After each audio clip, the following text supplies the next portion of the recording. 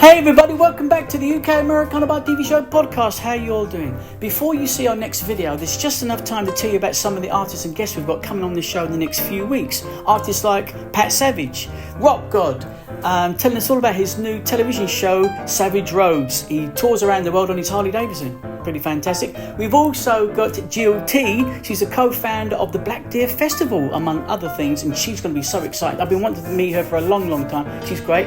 We've got the King of Nashville, Eric Dial, is in here, telling us all the news and views and gossips that's going on in Nashville, Tennessee. How interesting will that be? I can't wait to hear that.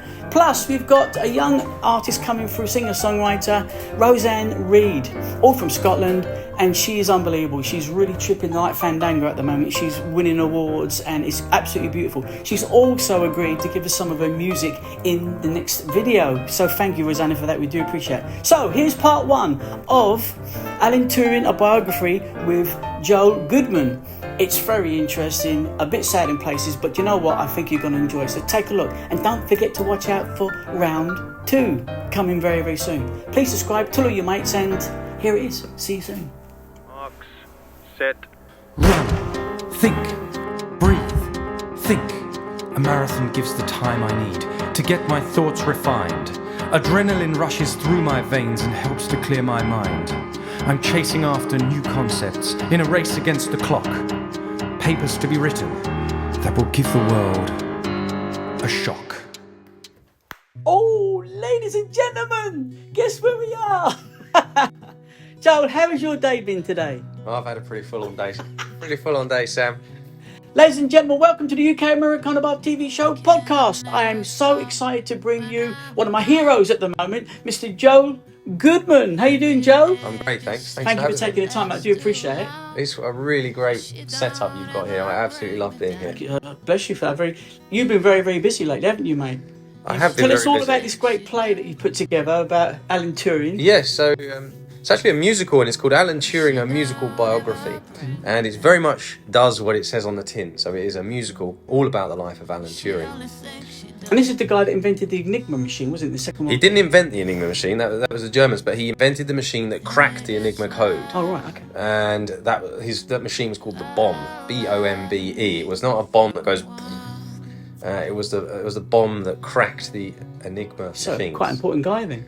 Very important guy. He was awarded an OBE at the end of the war, but his work wasn't public until many years later. Yeah, I mean, the story gets a bit sour with him because he was a homosexual. Yep. Which wasn't respected in those days. No, it was illegal. It was illegal. Yeah, it was illegal. You went to court. You could either choose to go to jail or take chemical castration, and he opted for the latter. So he did go to prison, didn't he? No, he didn't go to prison. He opted for chemical castration so that he didn't have to do prison time. He kept his freedom, but it did affect his professional career because now he had a criminal record. And I mean, I say just a couple of years ago they put him on the £50 note. So he's obviously been pardoned now. Then I've actually got one in my pocket for once. Yeah, I'll be lovely. I could show you. I don't often have one of these. Would you like to see one? Yeah. Don't keep it, but there's normally full of receipts in my wallet. But for once, I just got paid today. And as you correctly say, someone kindly gave me a £50 note today, and that is Alan Turing on the £50 note.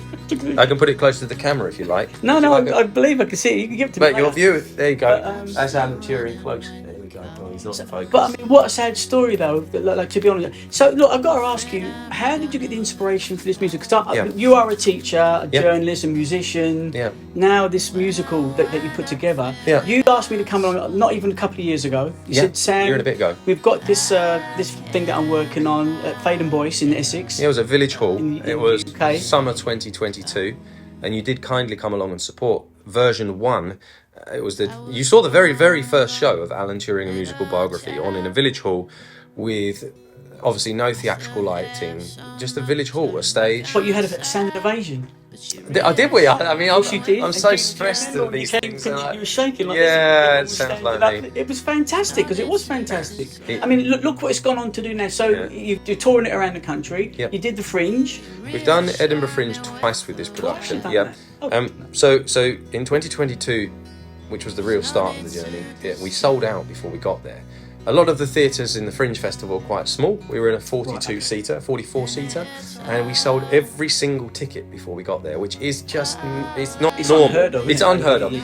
You quite commonly can perform to 5 people, 3 people. I've been to shows where there's only 3 people there, because at the festival there's about 3,000 shows on. It's incredible. And some shows just kick off and go, you know, get really great That's audiences. where everyone makes big names for themselves. That's where they start. Certainly, yeah. I mean, in the comedy world, and now probably more so than previously, the theatre world. The theatre world, yeah. Cool. So I'll mention a show I don't think you'll know, but it's called Six, and that's a famous musical these days, and it's about the 6 wives of King Henry VIII. I heard of that, yeah. And it went to Edinburgh Fringe, Well, and then 6 wives, but go on, and that went to the Fringe Festival, and it just took off, and now that is a huge international. You were in Scottish newspapers, tabloids. Yeah. And We've been in radio. Yeah, we've been in the national press. We've been in the Guardian. I told you I was quite excited to meet. As I say, from that night, Yeah. shaking. What did you think? I said, I think it went well. You were really kind and really supportive, and you always have been, and I'm very grateful. Don't worry about it. That's what we're here for. But you was on radio thingy yesterday. So I was on Times Radio. Times Radio. That was one of my toughest ever interviews. Before I went on air, the guy said, we haven't finished yet. No, I can tell. This is already. I'm much more at ease, because before I went on air, and you didn't do this to me, the guy said, I'm going to keep it polite, because I know yours is a family show, isn't it? He said, I'm going to take the mick out of you, but he didn't say that. Because you've written a musical about Alan Turing, and his opening was, I am sick to my back teeth of musicals. So that was a tough interview. Oh, right. So it was all uphill from then, was it? It went well, actually, No, but I had to it's fight different that in for that me interview. because of the topic. I mean, I couldn't believe, not a tremendous amount about Alan Turing, but I mean, hey, he helped, with the Second World War, for God's sake. Let's go. So saved millions of lives. Yeah. Probably shortened the war by a couple of years. That's right. He shortened the war by a couple of years. That's correct. Yeah, he did do that. Yeah. As I say, and then how he got treated after that, and I think so. Joel just turned this into a musical, and when I saw it, it was very. When I watched it the first time around, I won't say edgy, but it was very unpredictable as where it was going to go next. And I think it's because of that you literally were, what's next? And that's very, very rare to get that. Every second, not every minute, but every second it went from this and then. Yeah, quite pacey. I like theatre that's Pacey, quite pacey, that you go from one song to the next. And the version you saw, our work has improved massively as a piece of theatre, okay. but I'm so proud of that first version, because the first version that you were at featured, when Alan spoke on stage, they were only words that he had written himself. Oh, right. So that was the version you saw.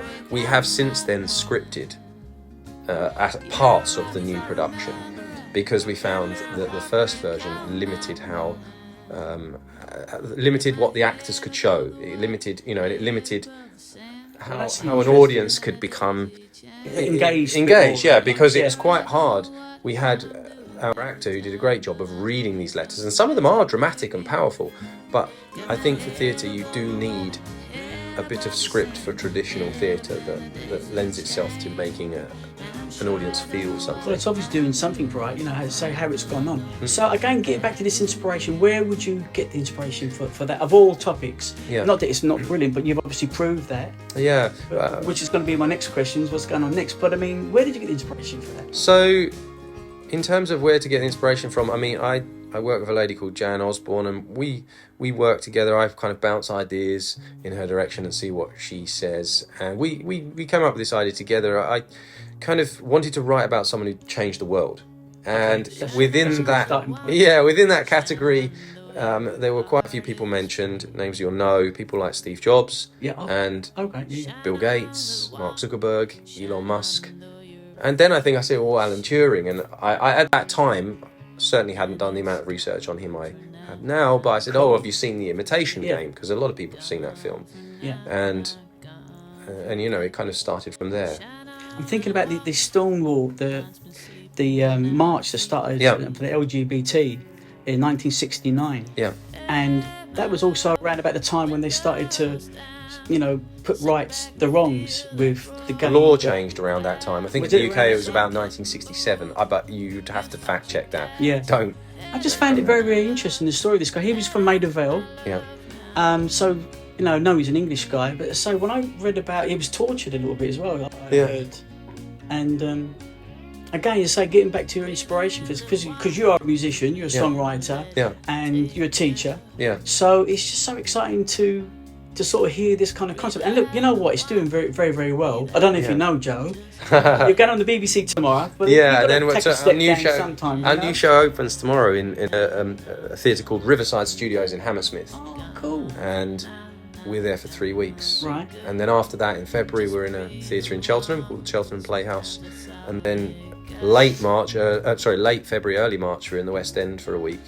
And behind us are pictures from our show. Of course, that's our actor Joe Bishop who plays Alan Turing, and I wonder if it will change. I think it's still the same guy. He's doing great, and his face is everywhere at the moment. And hopefully we'll get another picture coming up soon. And the young lady there as well. Zara Cook. She plays. What part does she play on it? She plays what we call a multi-role character. Right. So we still haven't got Zara. She plays a multi-role. She plays lots of people that were within Alan's life, and so that's what frames out the way we tell the story of Alan's life. So, for example, Alan's mother, she plays the head teacher in his school. She plays a policeman who arrests him. She plays, who else? Joan Clark, who actually...